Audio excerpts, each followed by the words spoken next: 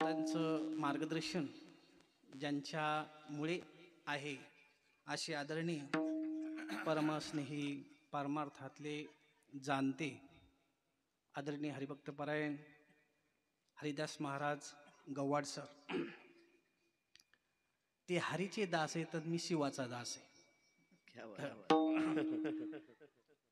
त्यांच्या माध्यमातून तसंच प्रभाकर महाराज आगलावे त्यांनी आग लावली थोडीशी या दोन व्यक्तींच्या माध्यमातून आणि तुम्हा सर्वांच्या कमिटी समिती अध्यक्ष उपाध्यक्ष सचिव आणि सर्व सप्ताह कारभारी मंडळी यांच्या माध्यमातून ही सेवा करण्याचा प्रथमच आज योग आलेला आहे. मौजे बोरगाव देवी भगवान खंडोबारायांच्या यात्रेनिमित्ताने हा सप्ताह आहे. किती वर्ष झाली? 11 वर्ष चालू आहे आणि सर्व गावकरी मंडळीचा फार उत्साह आहे, फार उत्साह आहे.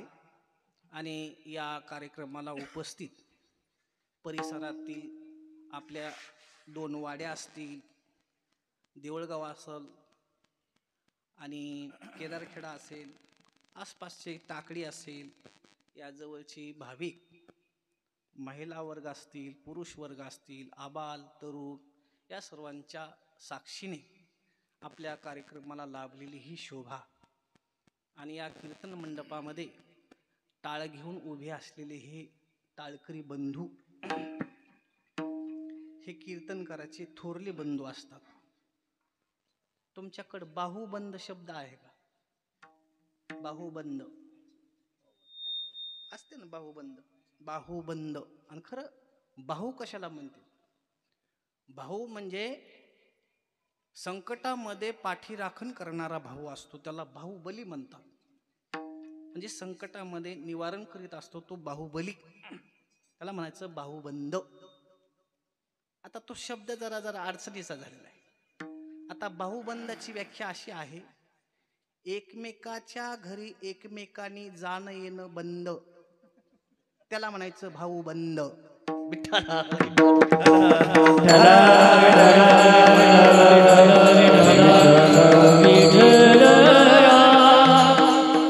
असे हे बाहुबंद आहेत कीर्तनकाराचे. म्हणजे कीर्तनकाराला सहकार्य करणारे असतात. कारण कीर्तनकार एखादा गायक असतो, एखाद्याला गायनाचं स्वराचं काही ज्ञान नसतं, एखाद्याला आवाजच नसतो, काहीला प्रवासाने पाण्यात बदल झाल्यामुळं सर्दी झालेली असते, त्याच्यामुळं हे त्यांचं संरक्षण करीत असतात, हे त्यांचं रक्षण करीत असतात, हे त्यांना सहकार्य करणारे आहेत. पण खरं म्हणजे सर्दी होत जाऊन माणसाला, 3 माणसाला सर्दी होत जाऊन, त्यात गायकाला सर्दी होत जाऊन. कारण गायकाने प्रॅक्टिस करून रियाज करून अभंगाला एक धार आणलेली असते आणि ते आलाप गाण्यामधून नोटेशन पद्धतीतून ते लोकांचं मनोरंजन करीत असतात. सारे ग म पद नि सा, सारे गप्प बसा, सारे साप धरे, मग सारे हे बरे, असे ते नोटेशन आलाप पद्धतीतून लोकांचं मनोरंजन करीत असतात. पण त्यांना सर्दी झाली तर मग त्यांच्या गायनाचा आस्वाद घेता येतो, मग त्यांना सर्दी होत जाऊ. कीर्तनकाराला एक सर्दी होत जाऊ. कारण कीर्तनकाराचा घसा हा सामुदायिकरित्या घसा असतो. त्यांना सर्दी झाली की शब्द स्पष्ट बाहेर उमटत नाही, आणि शब्द स्पष्ट न उमटल्यामुळं ऐकणाऱ्यावर काही परिणाम होत नाही, त्याच्यामुळे त्याला कधी सर्दी होत जाऊ. पण एखाद्या वेळेस कीर्तनकाराला झाली गायकाला झाली तरी चालती, पण स्वयंपाक करणाऱ्याला कधीच होत जात. त्यांना जर सर्दी झाली ना तर मग तिला किचन रूम मध्ये जाऊ द्यायचं नाही, आणि यदा कदाचित जर ती डोळा चुकून गेलीच मधात तर तिला फोडणी द्यायला लावायचं नाही. आता पुढचा प्रसंग सांगत नाही मी तुम्हाला. मग यदा कदाचित कीर्तनकाराला सर्दी जर झाली तर हे टाळकरी म्हणजे त्यांचं संरक्षण करणारे असतात, त्यांना उचलणारे असतात, त्याला म्हणतात बाहुबंद. हे बाहुबली म्हणजे माझे थोरले बाहू आहेत, मला सहकार्य करणारे, आहे का नाही? आता त्या बाहुबंदामध्ये गवाड सर तर आहेतच प्रमुख, पण आता ज्यांनी सुंदर चाल गायली अशी आदरणीय हरिभक्तपरायण योगेश महाराज मिसाळ असतील, प्रभाकर महाराज असतील, भागवत महाराज असतील, अजून सोपान महाराज असतील, हिवाळी महाराज असतील, निवृत्ती महाराज असतील, हां केशव महाराज असतील, शिवाजी महाराज असतील, माऊली महाराज असतील, गावकरी असतील, वेनेकरी असतील, चोपदार, हे सर्व कीर्तनकाराची पोषक माणसं असतात. जरा मराठीत बोलू का? हे टाळकरी म्हणजे कीर्तनकार रूपी मड्याचे खांदेकरी असतात. हे खांदेकरी, ह्यांनी खांदे घेऊन हे मड चालवायचं, आणि हे मृदंग वाजवत म्हणजे शिकाईवाला, कुठं चालायचं? हे शिकारीवाले, हे खांदेकरी, आणि पेटीवाला असला तर वारा घालणारा. 5 फूट जरी मड पुढे गेलं तर त्या नुसतं हवा हाणायची आणि रडायचं. लोक म्हणतील मग बसलेली बी नातेवाईक आहेत, पण जरा लांबचे नातेवाईक आहेत, ते पेटल्यावर तमाकुला चुना लावते.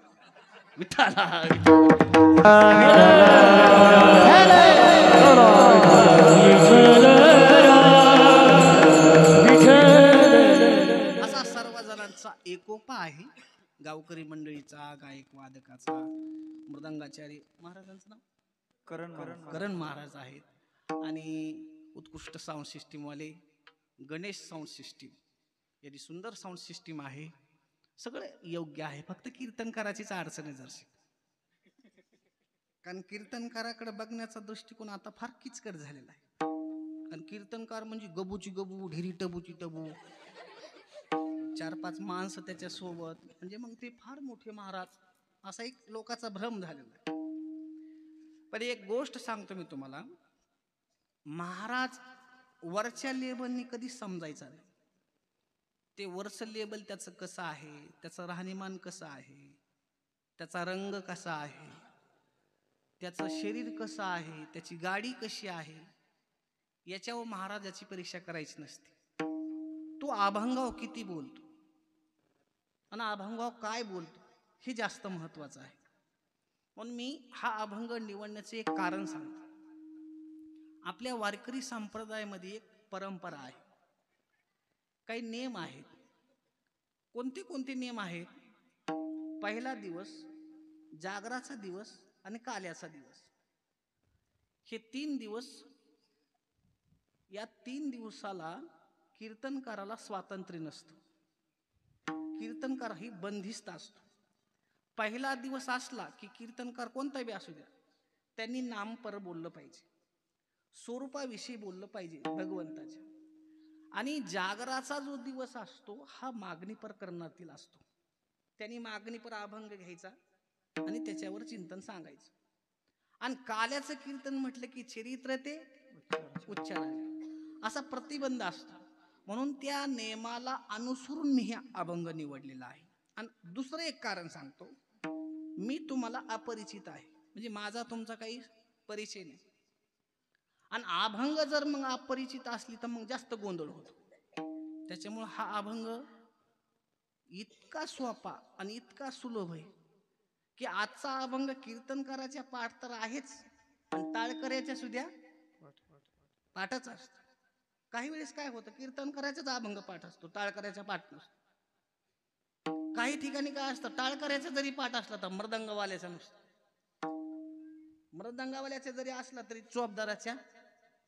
पण हे अभंगाची विशेषता अशी आहे, हा अभंग कीर्तनकाराला पाठ आहे, टाळकऱ्याला पण पाठ आहे, मृदंगवाल्याला सुद्धा, चोपदार पाठ आहे म्हणाले, पाठ आहे. एक सांगतो तुम्हाला, हे अभंग परमार्थ करतात यांना तर पाठ आहेच, पण ज्याची कीर्तनाकडे पाठ आहे त्यांना सुद्धा पाठ आहे.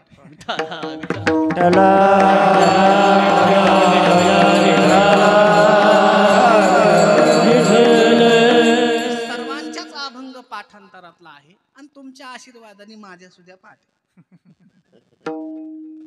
आता याच्यावर तुम्हाला थोडक्यामध्ये चिंतन सांगण्याचा प्रयत्न करतो. जगद्गुरु तुकाराम महाराज भगवंताच्या समोर आपल्या उद्धाराची मागणी करतात. आता आता हे मागणी जो शब्द आहे ना, ही मागणी नेमकी कुठं निर्माण होते याविषयी जर आपण चिंतन करायला लागलो तर त्याचे बरेचसे कारण आपल्याला आढळतील. पण मी तुम्हाला प्रामुख्याने 3 कारण सांगणार आहे आज. त्यातलं पहिलं कारण आहे गरज. गरज निर्माण झाली की माणूस मागण्याला प्रवृत्त होतो. एक गरज. दुसरी गोष्ट आहे परंपरा. परंपरा ही मागायला लावते. दुसरी गोष्ट. आणि तिसरी गोष्ट माणसाचा काही स्वभावच असतो मागण्याचा. अशा या 3 गोष्टीतून मागणी निर्माण होते. चौथी गोष्ट नाही. कल्पना करा, मला घर बांधायचंय. घर बांधायला लागते 10 लाख. माझ्याकडे 5 लाख रुपये आहेत. मग मला कितीची गरज आहे मामा? 5ची गरज आहे. मग मला काय म्हणावं लागतंय?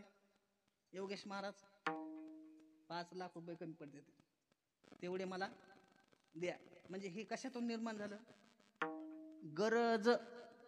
5 लाखाची काय? गरज. म्हणून मागणी उदयाला आली. एक तर गरज असली पाहिजे तर मागणी उदयाला येते. दुसरी गोष्ट गरज नसली तर मग त्याच्या घरात परंपरा असते. उदाहरण सांगतो तुम्हाला. आता तुमच्याकडे मला माहित नाही, आमच्या भागामध्ये तुळजापूर जवळ आहे. आणि तुळजापूर जवळ असल्यामुळं जसे माणूस वारकरी पंढरपूरला जातो आणि पंढरपूरहून परत येताना पताका घेऊन येत असतो. आणि पताका घेऊन आल्याच्या नंतर वर्षातून एकदा ती पताका पंढरपूरला न्यायची असते. अशी ती प्रथा आहे.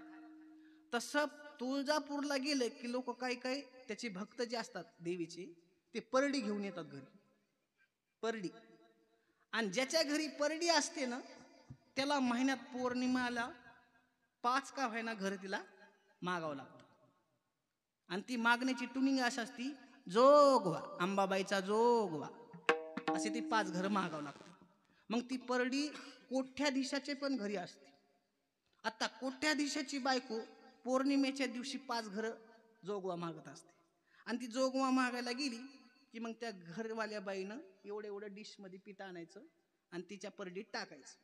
आणि त्या परडीतून मग ती थोडं इतकं पीठ तिच्या डिशमध्ये वापस टाकते. असं 5 घरी मागितल्याच्या नंतर पीठ किती होतं? एका भाकरीचं पीठ. आता कोठ्याधीश बाईला एवढ्या पिठाची काही गरज आहे का? पण का घर मागती 5? परंपरा मागायला लावते. तिसरी गोष्ट आहे परंपरा एखाद्या वेळेस नसते आणि गरजही नसतो, पण मागण्याचा स्वभावच असतो. काय महाराज त्याला किती सांगा, हात पसरायचाच नाद असतो कधी बी.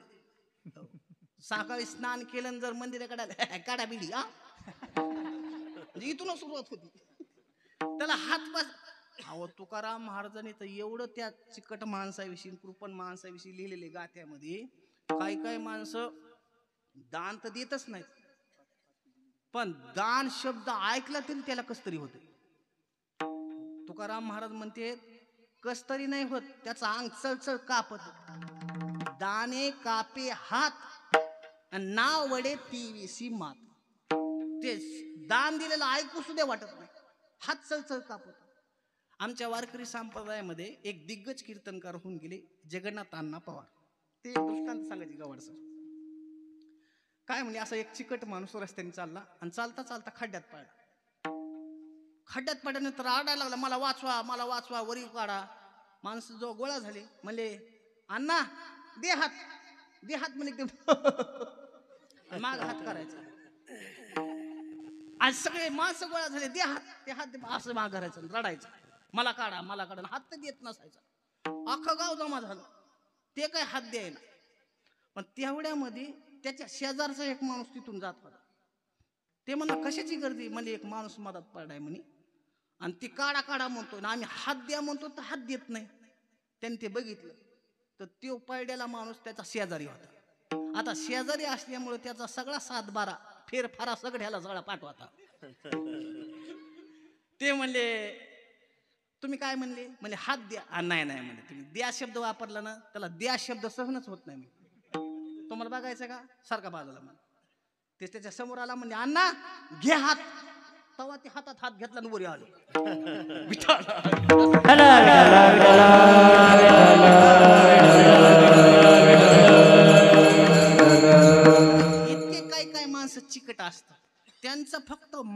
मागूनच हा स्वभाव झालेला असतो.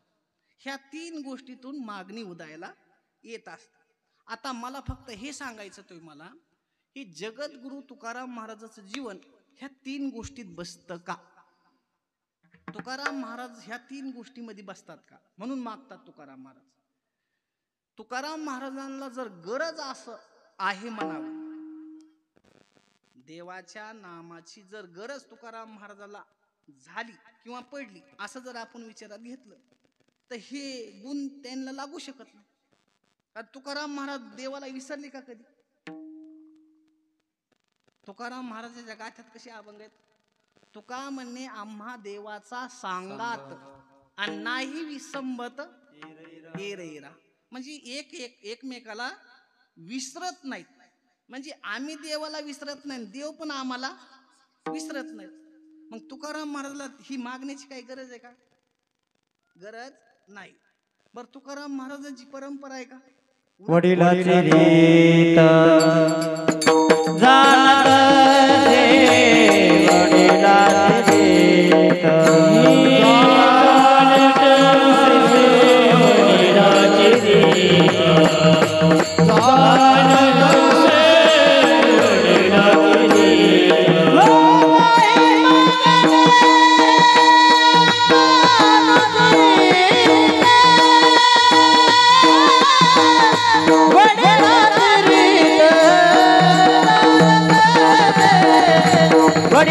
रीत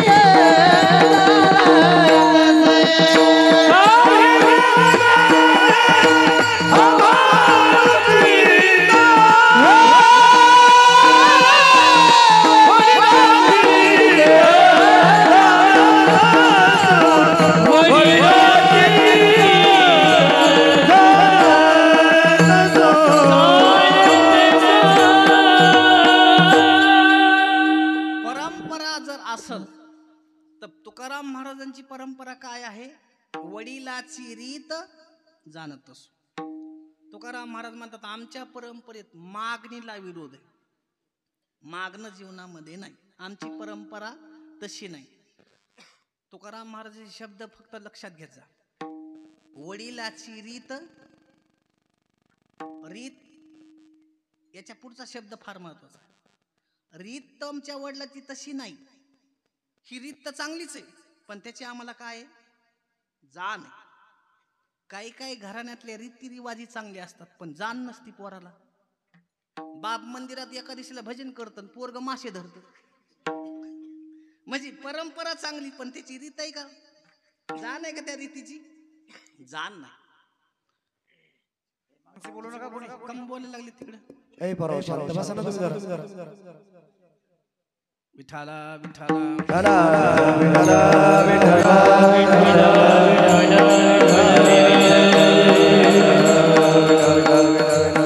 तुकाराम महाराजांच्या परंपरेमध्ये मागणीला विरोध आहे. मागणी तुकाराम महाराजाला आवडत नाही. आता तुकाराम महाराजांचं जीवन कसं आहे सगळ्याला माहिती, पण त्याच्या अगोदरचे जन्म जर बघितले तुकोबरायांच्या तर त्या जन्मात सुद्धा मागणं हे त्यांना आवडलं नाही. आता थोडं पाठीमागचा इतिहास सांगतो मी तुम्हाला. प्रल्हाद हा तुकोबरायांचा अवतार. प्रल्हाद, भक्त प्रल्हाद. तर भक्त प्रल्हाद भागवतामध्ये अशी सुंदर कथा आहे. ज्यावेळेस हिरण्यकशिपू मारला आणि भगवंताने अक्राळ विक्राळ स्वरूप घेतलं नरसिंहाचं आणि त्याला मारलं. त्यावेळेस एवढा क्रोध निर्माण झाला भगवंताला की देव शांत व्हायला. मग त्यावेळेला म्हणले आता देवाला शांत कोणी करायचं. आणि आता तर म्हणजे एवढं गरम वातावरण झालेले देवाचं, आता इथं काही कोणाचं खरं नाही. मग शांत कसं करायचं? म्हणले ब्रह्मदेवाला बोलवा. ब्रह्मदेवाला बोलवलं. म्हणले आमच्या पप्पाला मी शांत करतो. आणि ब्रह्मदेवाचे वडील परमात्मा विष्णू आणि त्याचं स्वरूप हे म्हणजे आमच्या पप्पाला मी शांत करतो. ब्रह्मदेवाला समोर उभं केलं आणि त्या ब्रह्मदेवाने ते बघितलं. काय ते स्वरूप? नाही म्हणलं आपला लाग नाही मला हे नीट करायला. ब्रह्मदेव माग सारखाला. म्हणले मग आता लयच गरम झाले. म्हणले ते इतकं गरम आपण शांत करू शकत नाही. म्हणले मग काय व्यवहारामध्ये असं म्हणतात माणूस किती बी रागवला आणि किती बी गरम झाला की तिच्यापाशी गार होतो. तिच्यापाशी म्हणजे कोणापाशी?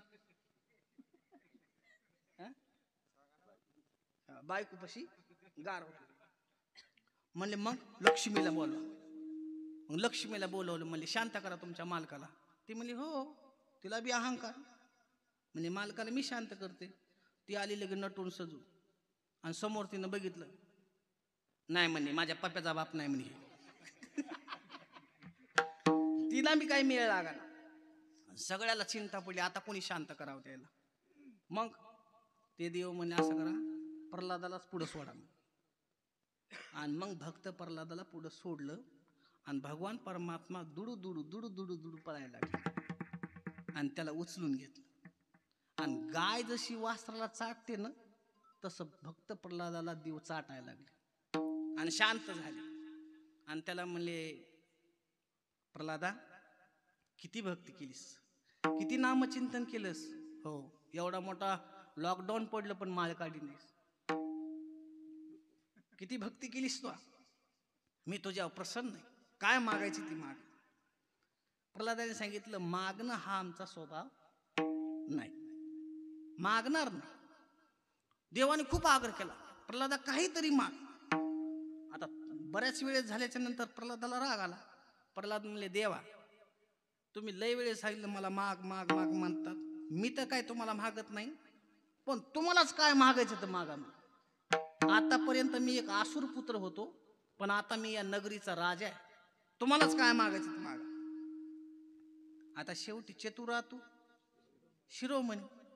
भगवंत म्हणले मला जे पाहिजे तू देणार. म्हणले हो, तुला पाहिजे ते मी देणार. माग काय मागायचं. म्हणे बघ बर का. हो म्हणे मागा. म्हणजे वचन वचन वचन दिलं. आणि देव काय म्हणले, तू माझ्याकडे काहीतरी मागावं हे मला दे. ते म्हणले मागतो ना. प्रल्हाद म्हणले मागतो ना, तुझ्याकडे मागण्याची मला कधीच बुद्धी होऊ देऊ नको, एवढंच मला दे. या परंपरेतले तुकाराम महाराज. तुकाराम महाराज मागणीला विरोध करतात. मग तुकाराम महाराजाला गरज बी नाही आणि परंपरा सुद्धा नाही. मग आता तिसरा मुद्दा काय राहिला, स्वभाव. तुकाराम महाराजाचा स्वभाव आहे का मागणीचा? उलट तुकाराम महाराज देव जरी मागायला लागला तर देवाविषयी तुकाराम महाराजाचे शब्द काय आहेत, हात पसरी जिने धिग्ग द्यायचे. तुका म्हणते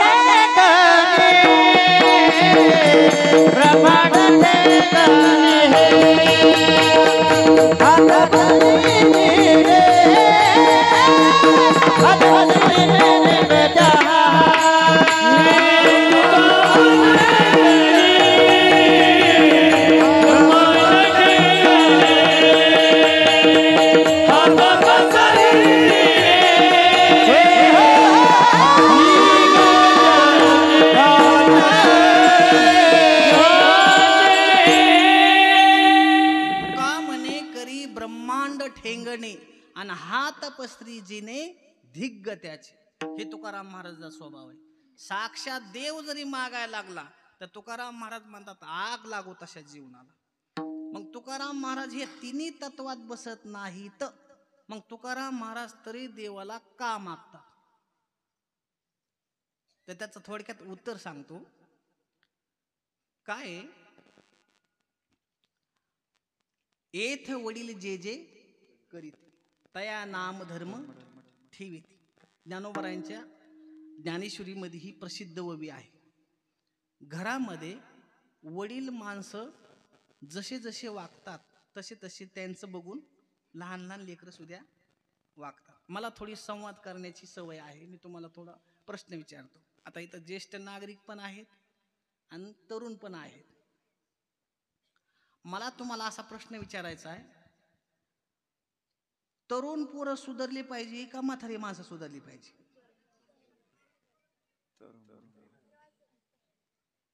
हे म्हणतात म्हातारी माणसं. बरं जाऊ द्या. तरुण पोरं सुधारावा असं कोणला कोणला वाटतं हात वर करा. 1 2 3 4 5 खाली घ्या. म्हातारी सुधारावं वाटतात असं कोणला कोणला वाटतं? काय झालं? ऐका ऐका. म्हणजे सगळ्या जणांनी पोरं सुधरावा याच्यासाठी 10-12 हात उभे राहिले, म्हातारी सुधरावा यासाठी 15-20 हात वर झाले. म्हणजे मतदान 100% झालेलं नाही बरं का. पण माझं मी वैयक्तिक मत सांगतो, म्हातारे सुधरले की तरुण ऑटोमॅटिक सुधरत असतात. तुम्हाला पटत नसलं तर एक उदाहरण देतो. गवाड सर, मी पहिल्यांदा मुंबईला गेले होते कीर्तनात. आज उच्च शिक्षित माणूस होता माझ्यासोबत आणि आमची व्यवस्था एका प्राध्यापकाच्या घरी होती.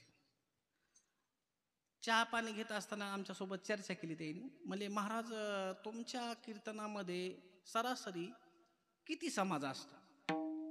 मी म्हटलं काय, कोण्या गावामध्ये 500, कोण्या गावामध्ये 1000, काही गावामध्ये 5000, 10000 असे समाज असतो. पण त्या समाजामध्ये तरुण किती असतात आणि म्हातारे किती असतात? मी म्हणलं म्हातारीची संख्या भरपूर असते. आमच्याकडे सगळे फ्यूज उडालेली, डिपे जळलेले असलेच माणसं जास्ती आहेत. म्हणजे तरुण किती असतो? म्हणजे तरुण काय, कुठं 10% असतं, कुठं 20%, कुठं 50%, म्हणजे 100%. म्हणजे 100% कुठंच नसतो. नाही म्हणजे तसं नाही.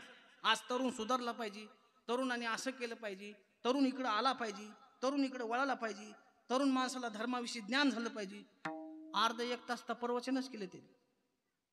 आणि मग त्याचं प्रवचन झाल्यानंतर कीर्तनाचा वेळ झाला. मी फेटा गीता बांधला आणि आम्ही निघालो. तेवढ्यात त्यांचं पोरगं टीव्ही बघत होतं. मी म्हणलं सर, बाळूला घेऊ आपण कीर्तनाला? नाही म्हणजे त्याला उद्या परीक्षा आहे, राहू द्या. तुम्हाला कळालं नाही मी काय बोलतो? म्हणजे त्याला टीव्ही बघायला वेळ आहे पण कीर्तनाकडे यायला वेळ नाही. मग बिघडलं कोण? म्हातारे बिघडलं. अजून कळत नसलं तर अजून एक उदाहरण सांगतो. थोडं भजन करा. विठ्ठला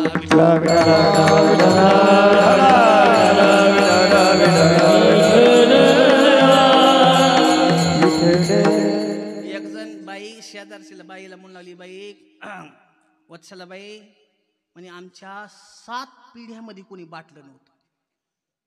7 पिढ्यामध्ये कोणी बाटलं नव्हतं. पण हे काट गवाड सरच्या नादी लागलं आणि माळ घालून आलं. नाही तर आमच्या 7 पिढ्यात कोणी बाटलं नव्हतं. हे सरच्या नादी लागलं आणि माळ घालून आलं. आता हे वाईट आहे का चांगलं आहे? आणि तेच पोरग जर एखाद्या वरेतीत नाचायला लागलं ना, ती म्हणते गंगू कसा ग माझा परश्या नाचायला लागलाय. बिघडलंय कोण? उदाहरण सांगतो तुम्हाला. एकत्रित कुटुंब होतं. एकत्रित कुटुंब 4 भावाचं. त्याला मराठीमध्ये जॉईंट फॅमिली म्हणतात. त्या जॉईंट फॅमिलीमध्ये 4 पोरं. आता 4 पोरं म्हणल्यानंतर बायका किती झाल्या? बस झाल्या 4. जास्त काय करायचं? 4 पोरं आणि 4 बायका. आणि म्हातारी किती, एकूण किती बाया झाल्या? घरामध्ये 5 बाया झाल्या. ज्या घरी बायका जास्त असतात त्या घरी काम नेमून दिलेली असते. कारण घरातलं शास्त्र सांगतो तुम्हाला. घरातलं शास्त्र म्हणजे असं असतं, सासू म्हणजे मुख्यमंत्री घरामध्ये. सासू म्हणजे तिच्या धाकात सगळं. सासू म्हणजे मुख्यमंत्री. आणि पहिल्या सासूला महाराज सुनाला धाक होते. सुना भेट होत्या ना सासूला. आता जमाना बदलला. आता मॉडर्न जमाना आला. कारण पूर्वी कसं होतं महाराज, लहानपणी लग्न व्हायचे आणि सासू अशी धिप्पाड असायची आणि सून अशी लहान असायची, म्हणून सासूचा धाक सुनेवर चालायचा. आता तसं राहिलेलं नाही. आता सून आलेली असती ताकदीच्या रगीत आणि म्हातारी गेलेली असती पांघरायच्या रगीत. आता ताकदीच्या रगी पुढे पांघरात गेलेली रग काय करणार आहे? मी तुम्हाला एक प्रश्न विचारतो. पिकलेली कैरी जर कच्च्या कैरीत पडली तर दबन कोणती? पिकलेली. आणि पिकलेल्या कैरीनं कच्च्या कैरी बरोबर झुडझुसण्या मारायला सुरुवात केली तर फुटन कोणती? पिकलेली. तशा इथं बऱ्याच पिकलेल्या कैऱ्या आहेत, म्हणून सांगतो तुम्ही. धाक होता ना. म्हणजे घरामध्ये सासू म्हणजे मुख्यमंत्री आणि मोठी सून म्हणजे कॅबिनेट मंत्री, मधली सून म्हणजे राज्यमंत्री, ननंद म्हणजे परराष्ट्र मंत्री बिन खात्याची, आणि सगळ्या लहानची सून असती ना 6 वर्षाकरता निलंबित केलेला मतदार. हे घरातलं शास्त्र आहे. मग आता 4 बायका म्हणल्यानंतर मग सगळ्या 4 जणाला 4 कामं नेमून दिले. मोठी सुनबाई होती ना, तिच्याकडे फक्त भाजीचं काम, तिनं सकाळी सकाळी भाजी करायची. दुसऱ्या नंबरची सून होती, तिच्याकडे पोळ्या भाकरी वगैरे करायच्या. तिसऱ्या नंबरची सून होती ना, तिनं फक्त धुणं धुयचं, नुसते कपडे धुयचे. आणि चौथ्या नंबरची जी सून होती ना, तिनं फक्त झाडलोट कामं करायची, सडा संमार्जन करणं, रांगोळ्या काढणं, एवढंच काम, असे ठरलेली काम. एकदा काय झालं, मोठ्या सुनाला काम आलं अर्जंट, आणि तिनं भाजी ठेवली होती गॅसवर, आणि ती दुसऱ्या 2 नंबरच्या जाऊआकडे गेली. सांगितलं मला थोडं काम आहे आणि तेवढं भाजीत मीठ टाक. काय म्हणली ती, मला थोडं काम आहे तेवढं भाजीत मीठ टाक. आता वगावागाने विषय निघाला म्हणून सांगतो तुम्हाला, स्वयंपाकातली सायकॉलॉजी सांगतो तुम्हाला. स्वयंपाकातला एक नियम सांगतो. भाजी शिजायला टाकली ना, लगेच मीठ टाकायचं नाही, कारण भाजीत लगेच मीठ टाकलं की शिजायला उशीर लागतो. कारण क्षारयुक्त पाण्यामध्ये धान्य शिजायला वेळ लागतो, कारण मीठ म्हणजे हे क्षारच असतात ना, आणि उशीर लागतो, गॅस जास्ती जळतो. मग भाजी शिजत आली की मग मीठ टाकायचं. खरं म्हणजे ह्याची मी 5 रुपये घेत असतो, पण आज फुकट सांगितलं. म्हणजे सगळ्याकडून 5 नाही, प्रत्येकी 5.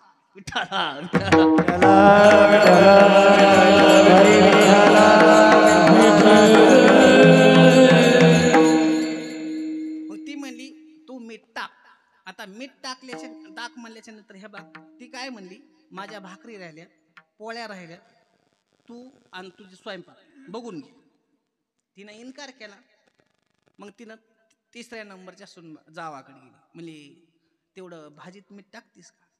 ती म्हणली हे बघा, माझं सगळं धुणं राहिलंय, आणि धुणं धुतल्याशी मी कोणत्याच कामाला धक्का लावित नाही, तुमचं बघून घ्या. तिनं नकार दिला. मग तिसऱ्या नंबरच्या जावाकडे गेली, तेवढं भाजीमध्ये मीठ टाकतीस का. तर ती काय म्हणली, मी अजून आंघोळ केली नाही, आणि बिगर आंघोळीचा स्वयंपाक सासूबाईला जमत नाही, तुम्ही ते स्वयंपाक बघून घ्या. तिघांनी इन्कार केला. मग ती सासूकडे गेली, म्हणजे आत्या, तुमच्याकडे आत्याच म्हणतात ना सासूला, हा मॉम नाही का आलं, मॉम मॉडर्न समान. मग ती आत्याकडे म्हणली, आत्या तेवढं भाजीत मीठ टाक. ती म्हणली मला स्वयंपाकातलं अजिबात काय सांगायचं नाही, आता मी स्वयंपाकाच्या बाहेर पडलेली, आणि आता मला स्वयंपाकातलं काही सांगायचं नाही. म्हणजे कोणीच तिथं काम ऐकलं नाही.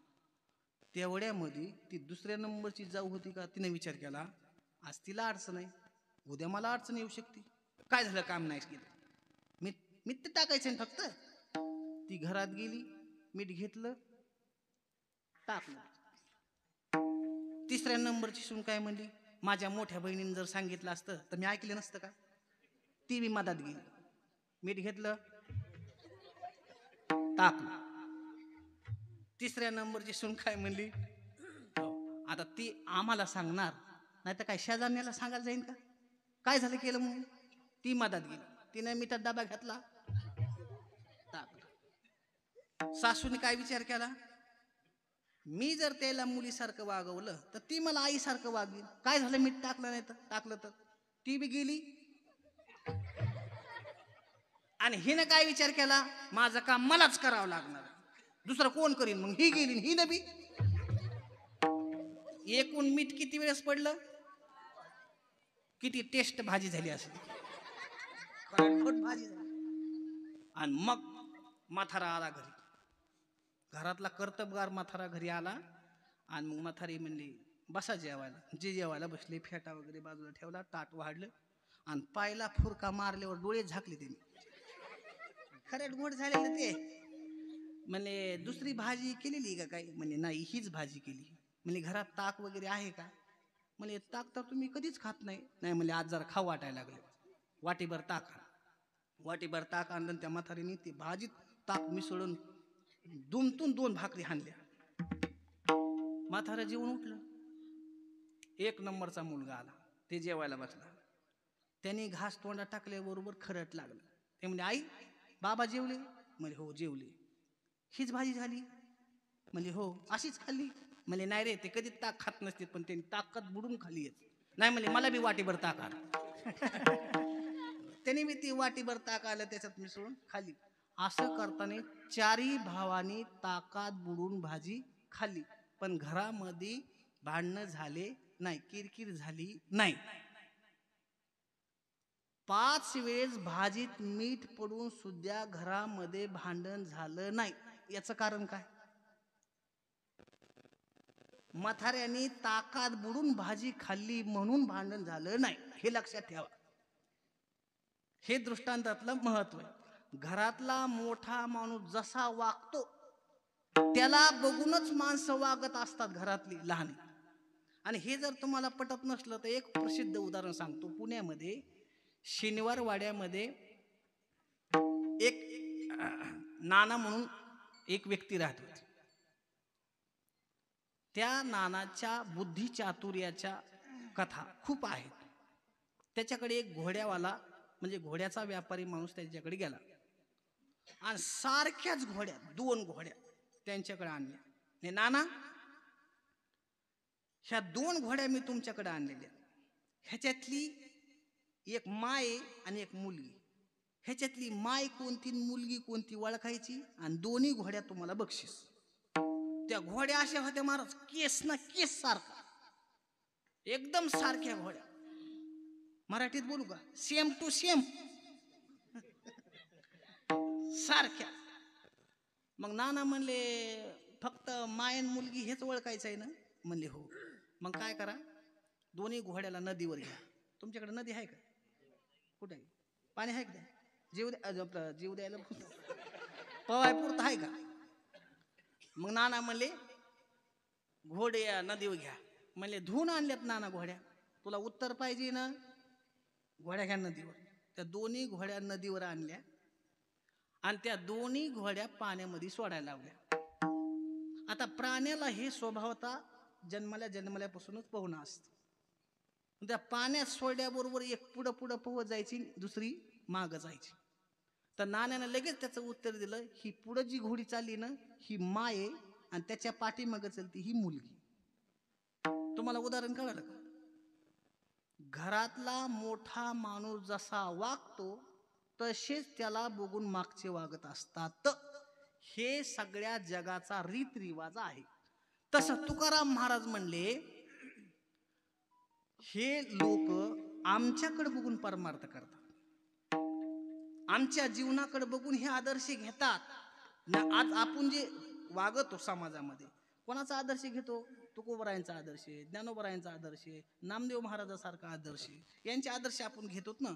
मग तुकाराम महाराजाला वाटलं की हे सगळा समाज आपल्याकडे बघून भक्ती करणार आहे, म्हणून तुकाराम महाराजांनी त्याचं दिग्दर्शन व्हावं. म्हणून तुकाराम महाराजाला गरज नाही, परंपरा नाही आणि मागण्याचा स्वभावही नाही, पण तुम्हा आम्हाला कळण्याकरता तुकाराम महाराज अभंगाच्या पहिल्या चरणी Oh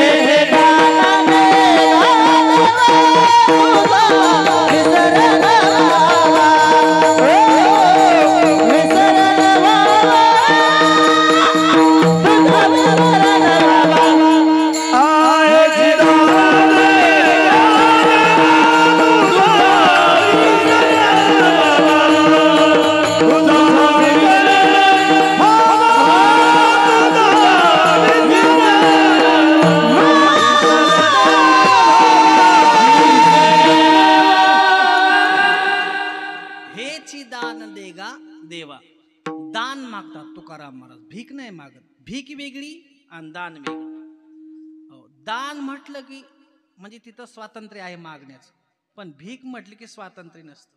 समजा तुमच्या दारात भिकारी आला तर काय म्हणतो, माय काय शिरपाका असलं तर, काहीतरी शिळपाका असलं तर द्या, असं भिकारी म्हणतो का? भिकारी म्हणतो का माय एखादा वडापाव द्या बरं, असं म्हणू शकत नाही.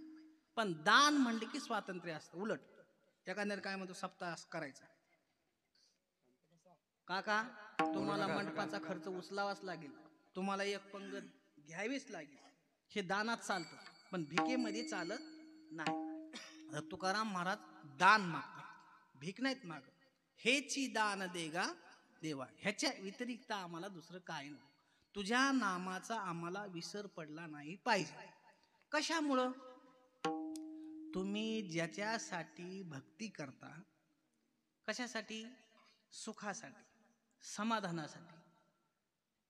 सुख आणि समाधान, आनंद, काय याच्या व्यतिरिक्त काय आहे? आणि सुख समाधान कशामध्ये आहे? त्या भगवंताच्या नामचिंतनामध्ये आहे. पण काय झालंय, ज्याच्यासाठी परमार्थ करायचा तेच लोक करीत नाही. आता किती वर्ष झाली आहे? 11 वर्ष झाली. मला तुम्हाला असं विचारायचंय, अजून तुम्हाला किती वर्षी सप्ताह करायचा आहे? म्हणजे किती वर्षे सप्ताह केल्याच्या नंतर तुमच्या लक्षात येईल की कीर्तनात टाळी वाजव लागती, विठ्ठल विठ्ठल म्हणावं लागतं. हे नुसतं करायचं म्हणून करायचं, उगं तिथं होतंय म्हणून इथं होतंय, आणि इथं होतंय म्हणून तिथं होतंय. अरे पण ते कशासाठी होतंय, कामून होतंय? तुमच्याकडे एक मन आहे का, घराची कळा कशाहून कळती? आहे नाही मन. मग हे जर मंडपात भजन करीत नाही तर हे घरी गेल्यावर काय दिवा लावित असते? हे इथंच मेळ लागतो पण आहे सगळं. इथं कीर्तनामध्ये नामचिंतन झालं पाहिजे. आणि नामचिंतन झाल्याशिवाय समाधान नाही, आनंद नाही, सुख नावाची गोष्ट नाही. नामचिंतन करा. तत्कथनम तत्चिंतनम, सतत नामचिंतन करतात, आणि ते साधू संतांनी सांगितल्यावरच कळतं. म्हणून सप्ताह करायचा. सप्ताह म्हणजे पैसे जास्ती झालेत म्हणून उधळायची नाहीत. सप्ताह कशामुळे करायचा? आपल्याला काही कळत नाही म्हणून कीर्तनकार आणायचा. आणि तुकाराम महाराजाचं मनोगत काय, नामदेव महाराजाचं मनोगत काय, नाथ महाराजाचं मनोगत काय, याचे धडे शिकण्यासाठी सप्ताह असतो. त्या गावात होतो म्हणून ह्या गावात करायचं नाही, ह्या गावात होतो म्हणून त्या गावाने करायचं नाही. कशा, मी बोलू का जरा? No objection. लग्न करणं महत्वाचं नाही, बायको नांदवणं महत्वाचं आहे. तसं सप्ताह करणं महत्वाचं नाही, सप्ताह परिवर्तन होणं महत्वाचं. बदल झाला पाहिजे, चेंज झालं पाहिजे. हो, माणसात परिवर्तन, चेंज झालं पाहिजे, काहीतरी बदल, तर परमार्थात. नाही तर मग त्याने, मी सांगतो, अनुकरण करीत जाऊ नये. एक उदाहरण सांगतो.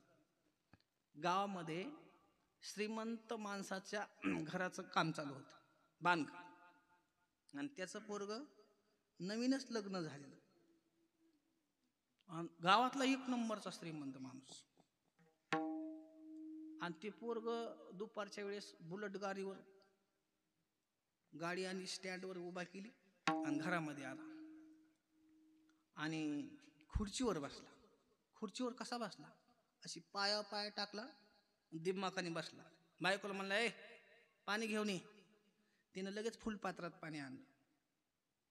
आणि पाणी आणल्याच्या नंतर मग काय, त्यांनी ती तोंडात गुळणी घेतली आणि एक प्रेमाचं प्रतीक म्हणून ती तोंडातली पिचकारी बायकोच्या तोंडावर टाकली. हे सगळं वातावरण वरी मिस्त्री बसलेला होता ते बघत होत. त्याने ते बघितल्याच्या नंतर म्हणला, 40 वर्ष झाले मला लग्नाला माझ्या, पण असलं काही करून बघितलं नाही म्हणलं. काय सीन आहे म्हणलं, हे काय वातावरण आहे म्हणलं हे. त्यांनी हातात थापी वळांबा तिथं टाकला आणि त्यांनी सांगितलं नाही काय ना, नीट निघून गेलं घरी. आता घरी दुपारच्या बऱ्यात निघल्या, घरी बसायला खुर्ची नाही, चुलीवरच जाऊन बसलो. बायको म्हणली, काय डोक्यावर परिणाम झाला आहे का काय, कधीच नाही, कसं काय बसले, बरं बसनात का, पाणी आण म्हणला. तिने लगेच गेला असता पाणी आणलं, फेकून दे म्हणा तिकडे फुलपात्रात घेऊन. आता फुलपात्रात नाही काय, माती आणीन का. पण बाईले डोकेबाज, त्यानं लहान लेकराला प्यायचं दुधाचं बुटका असतं ना, त्या बुटक्यात पाणी आणलं. ते पाणी घेतलं, तोंडात गुळणी घेतली आणि ती तोंडात ती पिचकरी तिच्या तोंडावर टाकली महाराज. तिनं बाकीचा मागचा विचारच केला नाही, फडा घेतला आणि असा कोपऱ्यात धरला, असा हाणला का नाही. 4 दिवस तर कामालाच गेलं नाही ते, घरीच. 4 दिवस झाल्याच्या नंतर ते श्रीमंत माणूस म्हणला त्या पोराला, मिस्त्री अर्ध्यातच काम सोडून गेलाय, काही सांगितलं नाही, काही नाही.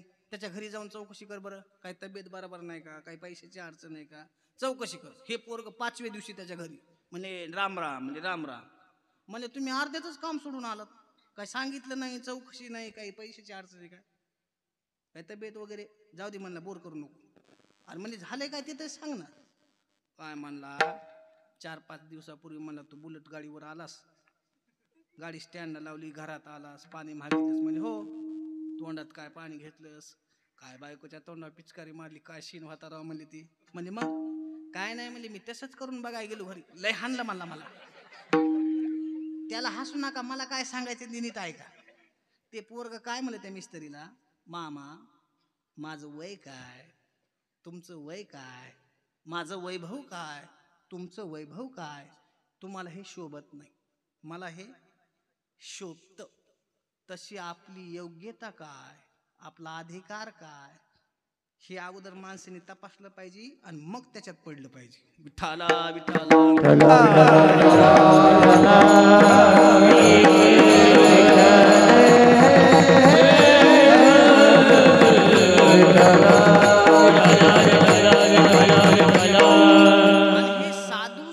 शिवाय कळत नसतं महाराज. म्हणून तर साधू संत सांगतात, बाबा संत समागमी धरावी आवडी आणि करावी तातडी परमार्थाची संताच्या सहवासात या संताच्या. कारण मनाने परमार्थ केला तर मनोमार्गे गेला आणि तो तेथेची मुकला. हे साधू संत सांगतात, बाबा संसार फक्त कर्तव्य म्हणून करा, संसारात फार स्वारस्य नाही. संसार कसा आहे, संसार दुःख मुळ, चहूकडे इंगळ, विश्रांती नाही कोठे, रात्रंदिवस तळमळ. दुःख बांधवा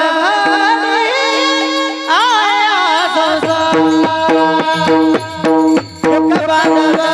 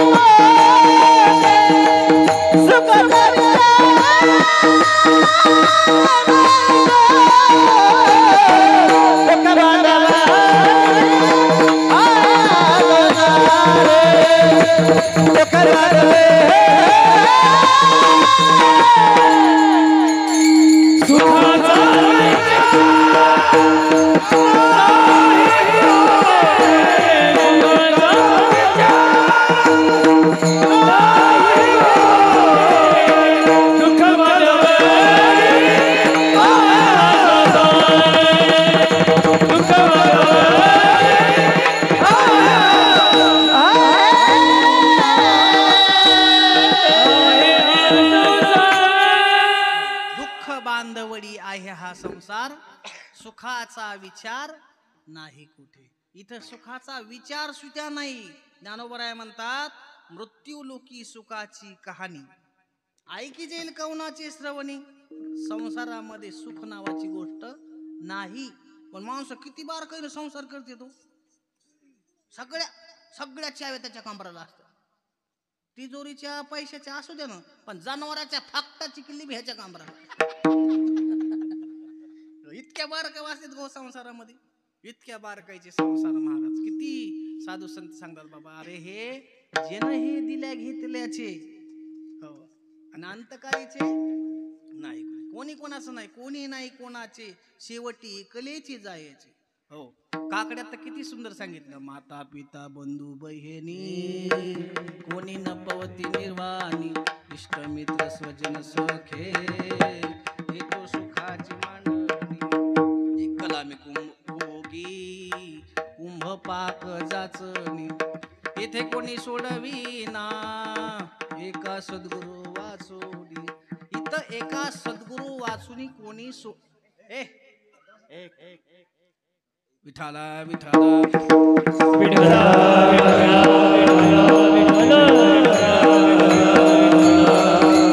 इथं कोणी कोणाचं नाही बाबा.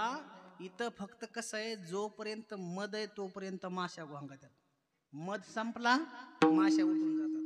त्याच्यामध्ये ह्याच्यात जास्त एक असं कीर्तना सांगू लागलं.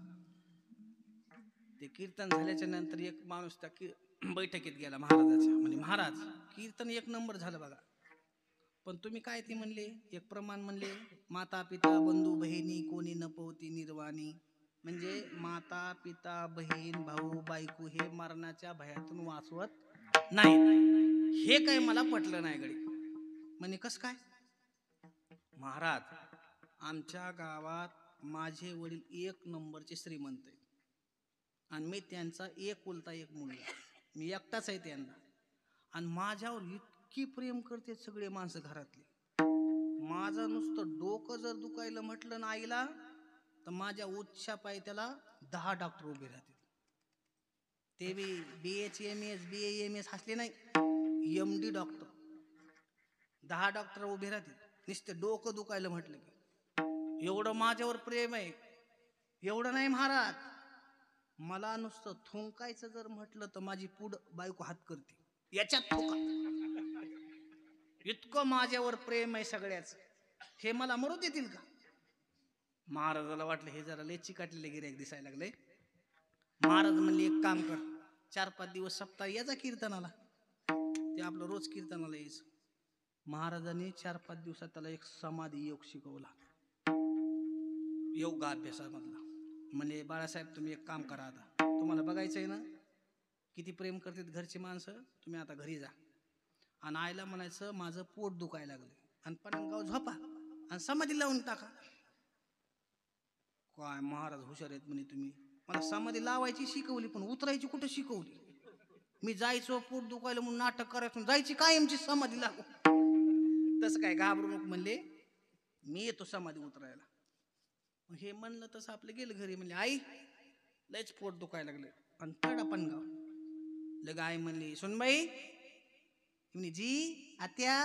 ही जी म्हणण्याची पद्धत बरं का पूर्वीची, ही आदर. आणि महाराज पूर्वीचे माणसं लयच आदर होता नवरा बायको मध्ये बोलून.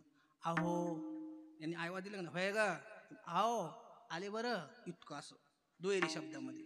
आता सध्या पोराने त्या भानगडीत पडायचं नाही. आता दुहेरी शब्दच नाही, एकरी शब्दात बोलत. ती म्हण अगं रमा, ती म्हणते काय रे बेस रमा. असला खेळ झाला, फार विचित्र जमाना झाला. आणि मग आईना सांगितलं माझं पोट दुखतंय. मग सुनबाई भाजी काय केली आज? म्हणली आत्या आज वांग्याची भाजी केली. त्यानेच तर मग माझ्या बाळ्याचं पोट दुखतंय. कोण आहे रे बाहेर तिकडं, जा डॉक्टर बोलून आण. हे 4-5 डॉक्टर लगे हजर. हे टॅटास्कॉप पालता करा, उताना करा, काही वेळ लागला. आता डॉक्टरच्या कुठं काकाने समाधीचा अभ्यास केलता, यातलं तंत्र त्याला कळणार आहे. डॉक्टरला काही मेळ लागला. डॉक्टर म्हणले आई याची पुढची तयारी करा आता. म्हणले पुढची कोणची? म्हणले कपडा, सुतुळी, बांबू. अहो म्हणजे डॉक्टर साहेब तुम्ही काय बोलतात? म्हणले ह्याला आता इंजेक्शन द्यायसारखं काही उरलं नाही म्हणे. आता तसं म्हणलं तर महिना असा गळा काढला बाबा, छाती बुडबुड चाडाले माय. आणि हे रडायला लागले ना माणसाला हसू येत, पण कीर्तनातच हसायचं. तिथं हसलं तर बुटाड्यांची मार खातात. हे लय रडायला लागले की इतकं सुंदर, फक्त त्यांच्या शब्दाकडे लक्ष द्यायचं बरं का. तर रडताना एखादा माणूस मेलं का नाही आणि त्याला उचलायला लागलं की बघा त्याचा कसं कालमा. माय बाबाला कुठे चालविलं तुला माहित आहे का, कुठे चालविलं सगळं माहिती ना तिला. तिकडं त्याला अग्नी डाग दिला आणि माणसं परत आली की मग कालमा उठून तुम्ही सगळे आलात माझ्या बापाला. तुला माहिती एकटा फुकलं त्याला. आता हे ऐकले हसू येईल का नाही? कायच हस. महाराज लग्न कार्यामध्ये तर इतक्या खतरनाक रडत येतात. आता तसं राहिले नाही. आता पूर्वी लग्नामध्ये गरीबाचं लग्न असो किंवा श्रीमंताचं लग्न असो, एक गीत होतं, प्रसिद्ध गीत होतं बघा. आणि ते मुलगी वाट लावायच्या टायमालाच असायचं फक्त. मी ते गाणं सांगतो तुम्हाला. गंगा जमुना डोळ्यात उभ्या राहिल्या, ज्या मुलीला दिल्या घरी तू सुखी राहा. दारात उभी राहिली खिल्लारी जोडी, मग धीर धाकुटे बसले खोळंबून गाडी. पुसग डोळे या पदराने आवर ही साडी. जवा कालमा सुरू व्हायचा बा, नका रडू बा, डोसक दुखत, डोळे सुजते, कसं नका रडू. आणि बाहेर रडायला लागले ना, उजव्या हाताकडे व्हायचं ना डाव्या हाताकडे, कारण उजव्या हाताकडे झाली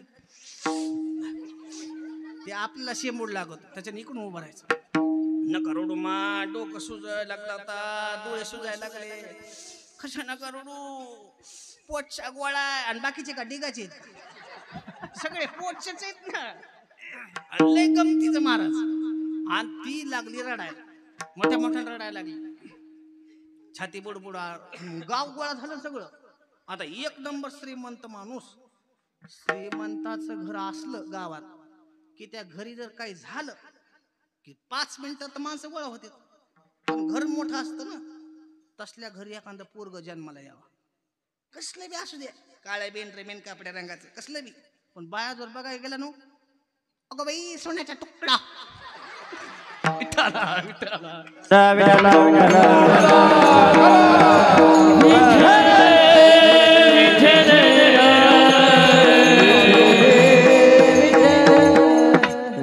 श्रीमंताचा घरचा असल्यामुळे कोणी नाव ठेवीत नाही ना. मग सगळं गाव जमा झालं, सगळे लोक रडायला लागले, काय झालं कसं झालं बाबा, चर्चा सुरू झाली. गाव जमा झाल्यानंतर महाराजांनी बघितलं मंदिरातून, म्हणले बाळासाहेबांनी सोंग नटवलंय वाटतं. महाराज आले हळूहळू हळूहळू, आणि ते गर्दीतल्या लोकांना म्हणले काय चालू इथं. एक जण मला, महाराज तिकडे जा, सप्ताह चालू तिकडे, कीर्तन भजन करायचं, इकडे कशाला आले मरायला. म्हणले झालं काय तेवढं तरी सांगा ना. अहो म्हणले श्रीमंताचा मुलगा एकुलता एक एकदम मरण पावला, अटॅक आला. महाराज म्हणले मी 5-5 दिवसाची मेलेली माणसं जिवंत केलीत, ह्याला मरून किती वेळ झालाय, तुम्ही माणसं जिवंत करता. म्हणले हो. ओ मंडळी सारखा बाजूला. महाराज आलेत, आणि मग काय विचारता, रस्त्यापासून पलंगापर्यंत महाराजा करता मेन रोड तिथं जायला. आणि महाराज तिथे गेले बाबा, माईनं बघितलं महाराजाला, असा गळा काढा तिनं बाबा, महाराज तुमच्या कीर्तनात रडू नका माय, आडू नका, थोडं दूध वगैरे आहे का, 2 म्हशी बाळासाहेब. अहो रडू नका हो, गिलासभर दूध आणा. गिलासात दूध आणलं, महाराजांनी खिशात पुडी आणली होती साखरेची, त्याच्यात सोडली, थोडं पुटपुट पुटपुट पुटपुट म्हणले, सगळ्याची इच्छा आहे ना बाळासाहेबाला जिवंत करा. हो महाराज, गरीबाचे काम करणारा पोरगा होता हो, लय चांगला पोरगा, गोड स्वभावाचा पोरगा, जिवंत करा. बर म्हणजे हे दूध आहे ना, हे मंत्रवलेलं दूध आहे, हे दूध जो घेईल तो मरण, आणि बाळासाहेब जिवंत होईल. ज्याला त्याला वाटलं काय पीडा झाली बा आता ही, हे ते महाराजाकडे जे जवळचे माणसं होते का ना, ते माग माग माग माग, महाराजाकडे बघायची तयारी नाही कोणाची, सगळे खाली बघायचे. त्याला वाटायचं महाराजाची ना आपली नजर झाली, लागला नंबर तर काय करायचं, मारायचं काय नाही, तर म्हणता येणार नाही. सगळे माणसं महाग महाग सारखा लागले. महाराजांनी वळी केलं सगळ्याचं, म्हणले मग मरू द्यायचं का बाळासाहेबाला. लोक खाली बघून, नका नका नका महाराज, काही बी करा, पण बाळासाहेबाला जिवंत करा. अहो म्हणले पण हे दूध तर कोणतरी घ्यायला पाहिजे का नाही, तर बाळासाहेब जिवंत होईल. असं कसं होईल, कोणीच तयार व्हाय ना. महाराजाला वाटलं आपणच आता एका एकाकडे गिलास लांबवायचा. पहिला म्हाताऱ्याकडे लांबला, बापाकडे, म्हणले बाबा घेऊन टाका गिलास, होऊन द्या तुमच्या मुलाचं कल्याण, तुमचं सगळं झालंय, आता काय राहिले तुमचं, पोराचं सगळं राहिले, आता घेऊन टाका गिलास. म्हातारं एवढं विचित्र होतं बोलायला. म्हातारं म्हणलं महाराज मी घेतलं असतं दूध. आणि माझं काय होणार आहे आता? आता काय सोनं होणार आहे? मी दूध घ्यायला काहीच हरकत नाही मला, मी घेतलंच असतं. पण माझ्या म्हातारीची अशी इच्छा आहे की मी सौभाग्यवती मरावं. तिच्या अगोदर मला मारता येत नाही. महाराज म्हणले काय विचित्र म्हातारे बाबा हे. म्हातारीकडे गिलास लांबीला घेऊन टाका आई गिलास. हो द्या तुमच्या लेकाचं कल्याण. तुम्ही तर लय रडू लागल्या मोठमोठ्यानी. हो द्या तुमच्या पोराचं कल्याण. मग माय काय म्हणली, रडत रडतच उत्तर दिली तिने. म्हणजे महाराज मी सुद्धा दूध घेतलं असतं बघा, पण मी जर मेले तर माझ्या म्हाताऱ्याची सोय कोणी ठेवील काय? म्हाताऱ्याला वाटलं पुन्हा गिलास माघारी फिरतो का. महाराजाने गिलास बहिणीकडे लांबीला घेऊन टाका ताई गिलास. हो द्या तुमच्या